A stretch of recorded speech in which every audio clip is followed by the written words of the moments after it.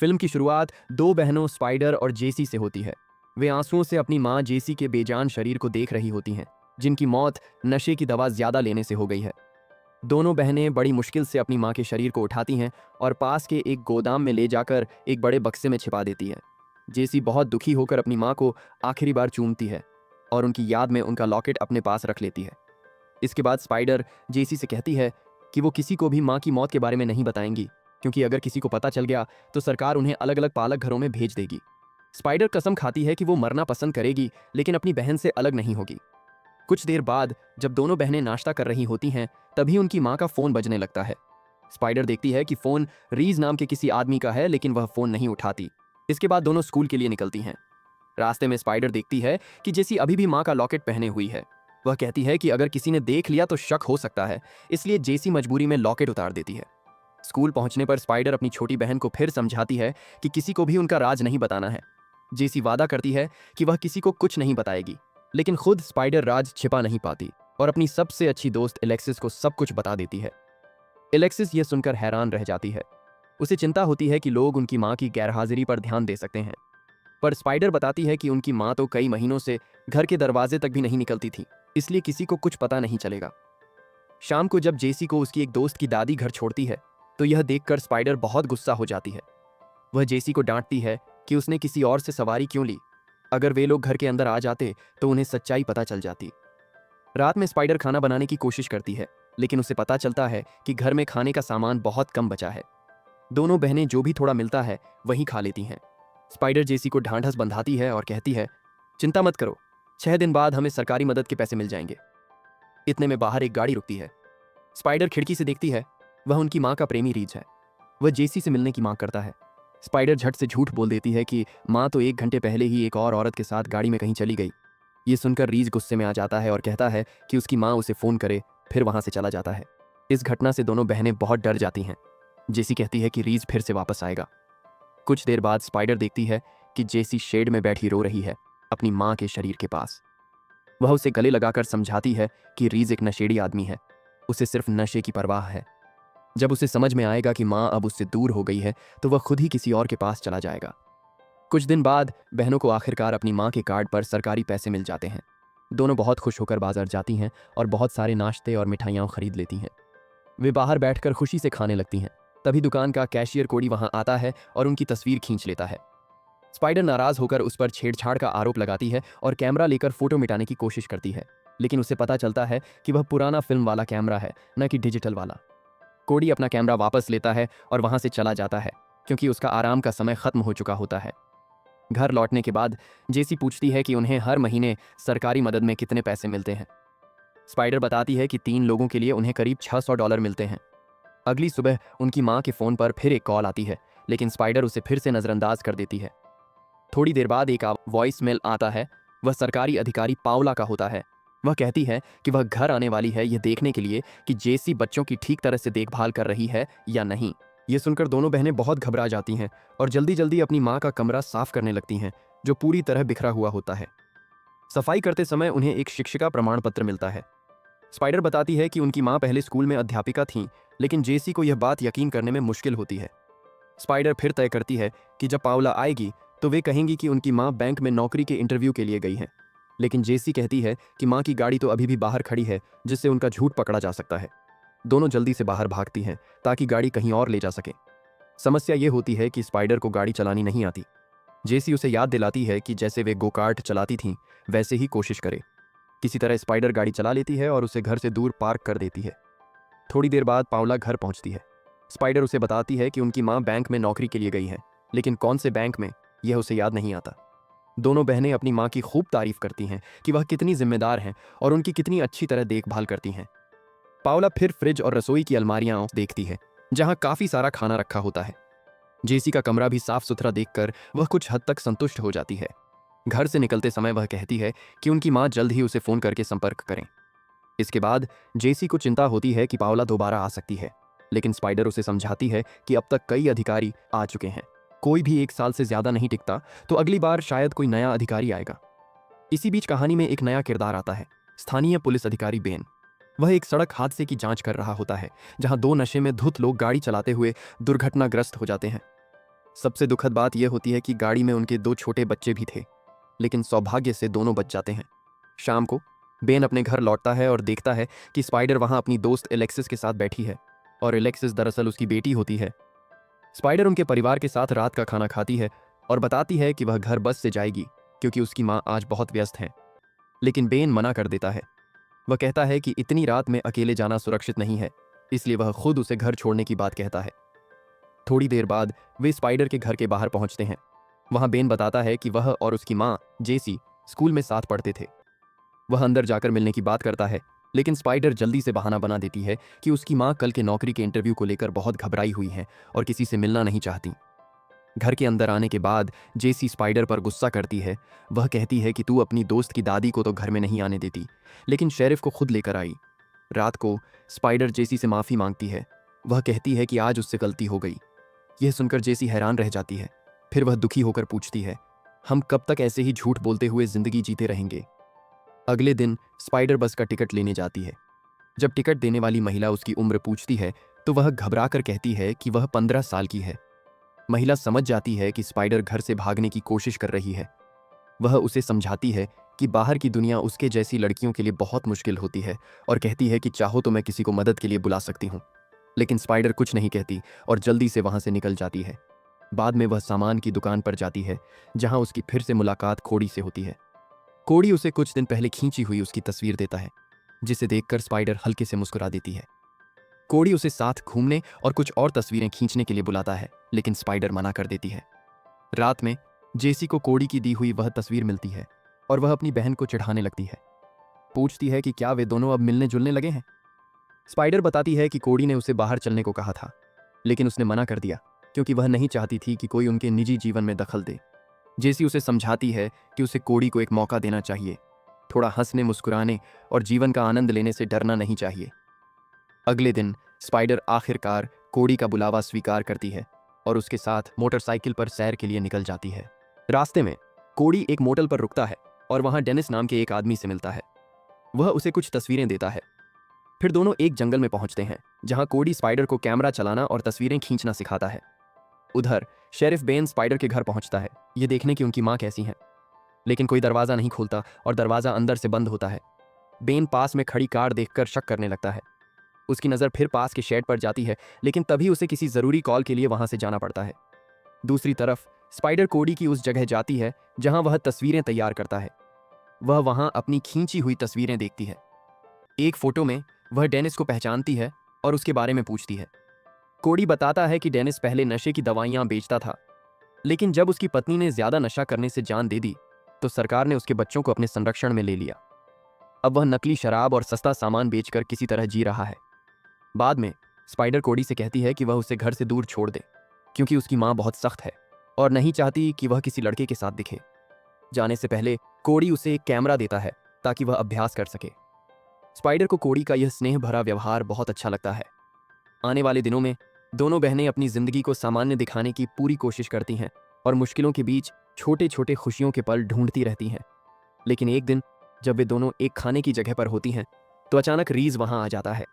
वह बहुत गुस्से में होता है क्योंकि जेसी ने अभी तक उसे फोन नहीं किया। स्पाइडर उसे समझाने की कोशिश करती है कि उनकी मां अब नशा छोड़ने की कोशिश कर रही हैं और अब उससे कोई रिश्ता नहीं रखना चाहती, लेकिन रीज जिद करता है कि वह उससे $300 वापस करे। इससे दोनों बहनें और ज्यादा परेशानी में पड़ जाती हैं क्योंकि उनके पास पहले से ही बहुत कम पैसे बचे होते हैं। अगले दिन स्पाइडर एक गिरवी की दुकान पर जाती है और कोडी का दिया हुआ कैमरा बेचने की कोशिश करती है। दुकान वाला उसे कैमरे के बदले सिर्फ $50 देने को तैयार होता है। पैसों की बहुत जरूरत होने के कारण स्पाइडर मजबूरी में अपनी मां का लॉकेट गिरवी रख देती है। दुकान का मालिक कहता है कि वह 2 हफ्ते तक लॉकेट संभाल कर रखेगा, लेकिन अगर स्पाइडर उसे वापस लेना चाहे तो उसे 2 गुने पैसे देने होंगे।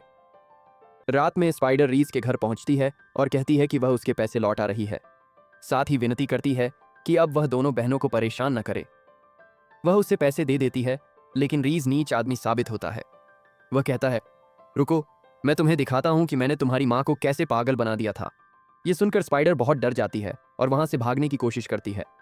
रीज कहता है कि उसे यकीन नहीं है कि उनकी मां ने सच में नशा छोड़ा है, क्योंकि अगर ऐसा होता तो वो अपनी बेटी को अकेले यहां कभी नहीं आने देती।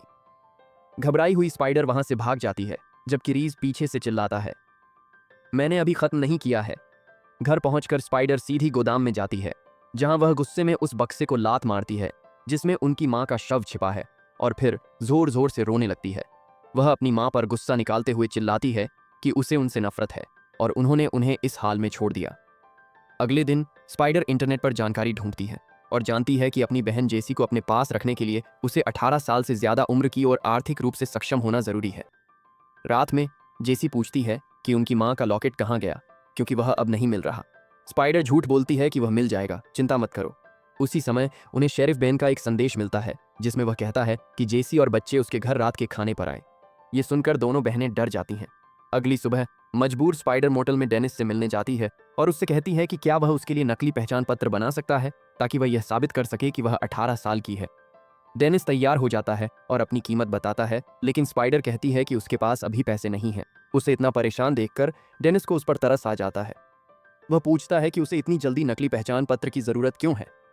इसके बाद स्पाइडर अपनी दोस्त एलेक्सिस के साथ बैठी होती है। वह उसे बताती है कि वह अपनी बहन जेसी के साथ यह जगह छोड़कर कहीं और जाना चाहती है। स्पाइडर कहती है कि उसे कोई मिला है जो उसके लिए नकली पहचान पत्र बना देगा।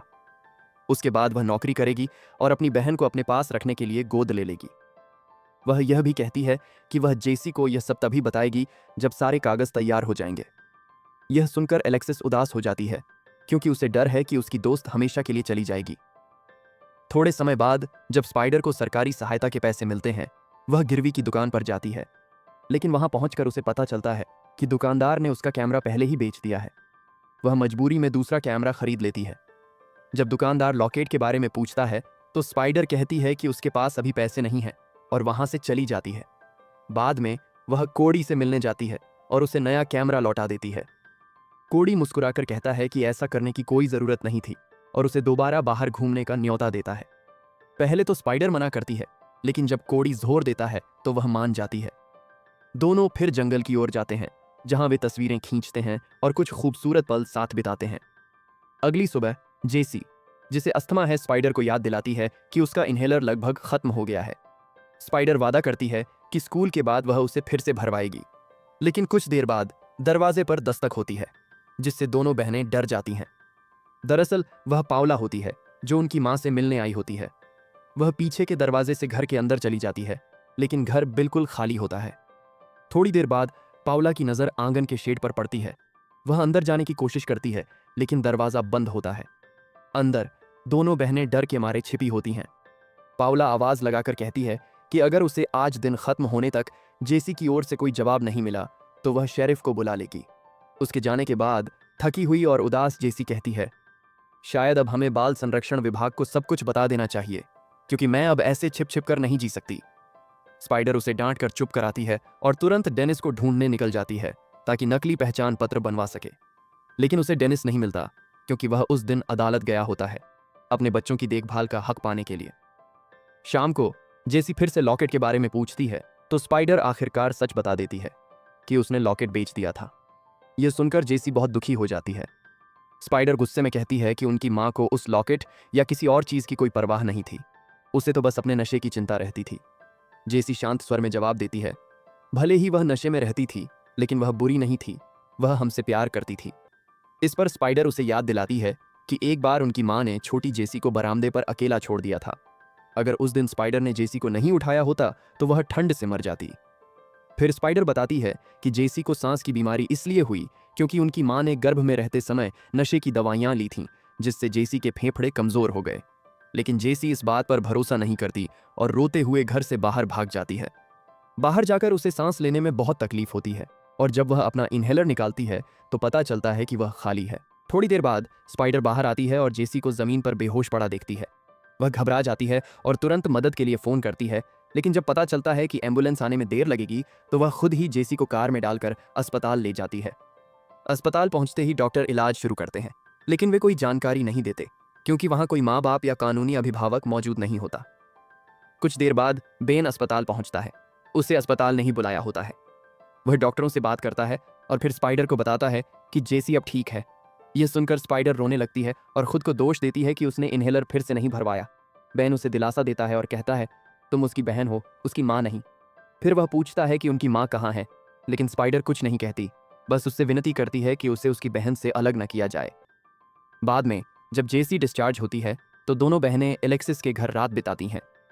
उधर बेन अपनी पत्नी से कहता है कि वह जेसी के घर गया था, लेकिन वहां कोई नहीं था। यहां तक कि बच्चे देखने वाली अधिकारी ने भी बताया कि जेसी कई हफ्तों से उससे मिल नहीं रही है। बेन की पत्नी कहती है कि दोनों बहनें कुछ दिनों के लिए उनके घर पर रह सकती हैं, जब तक उनके लिए कोई ठिकाना नहीं मिल जाता। लेकिन बेन बताता है कि यह इतना आसान नहीं है, क्योंकि 70 से ज्यादा बच्चे पहले से इंतजार में हैं और इन दोनों बहनों का एक साथ रह पाना लगभग असंभव है। अगली सुबह बेन दोनों बहनों को स्कूल छोड़ता है और स्पाइडर को समझाता है कि चिंता मत करो। वह वादा करता है कि वह उनकी मां को जरूर ढूंढ लेगा।